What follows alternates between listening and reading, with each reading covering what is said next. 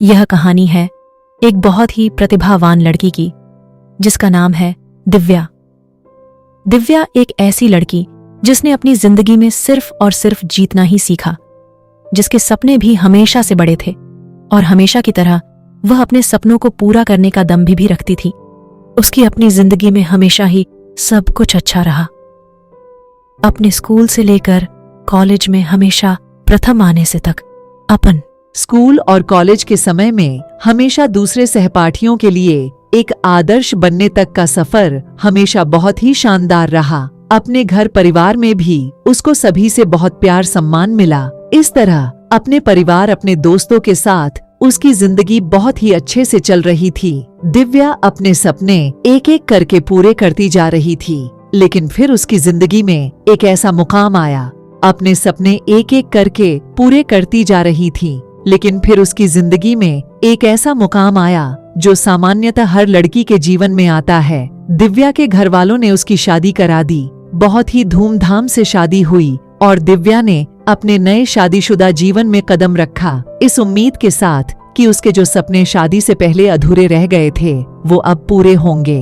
वह अपने जीवन और आगे बढ़ती चली जाएगी और जैसा जीवन वह चाहती थी अब वो और उसका जीवन साथी साथ में मिलकर हासिल करेंगे। लेकिन किस्मत को कुछ और ही मंजूर था। दिव्या को बहुत ही पारंपरिक और दकियानूसी सोच रखने वाला जीवन साथी मिला, जिससे दिव्या किसी भी तरह के साथ की उम्मीद कभी कर ही नहीं सकी। शादी होने के बाद एक एक करके दिव्या के पैरों में परिवार की इज्जत और हमारे अंदर क्या खूबी है, क्या विशेषता है, यह हम कभी नहीं समझ पाते हैं।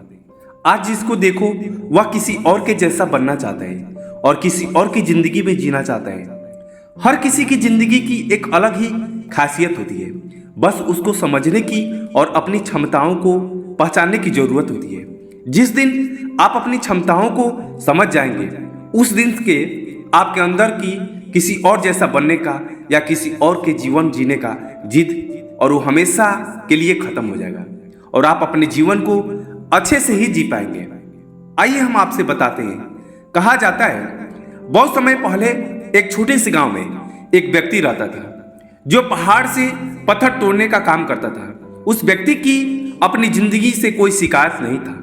पूरे मेहनत और लगन से दिन भर काम करता और शाम को काम खत्म होने के बाद जो जैसा भी मिलता था उसे लेकर अपने घर आता और अपने परिवार वालों के साथ समय व्यतीत करता था, फिर चैन से सो जाता था। ऐसा करते हुए उसे कई साल बीत गए।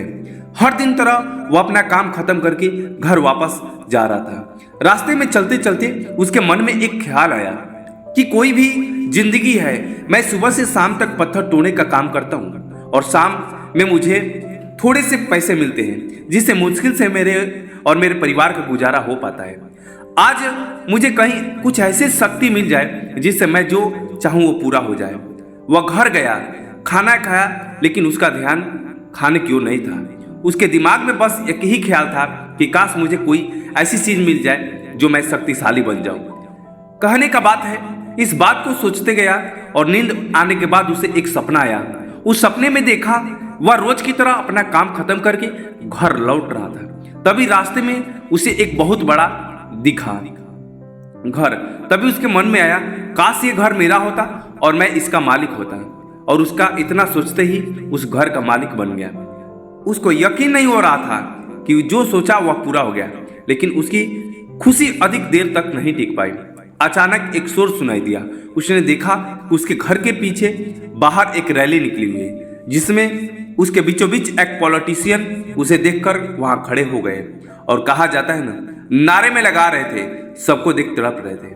कहा जाता है दोस्तों, समय है, आप अपनी मेहनत को लगातार हमेशा करते रहिए।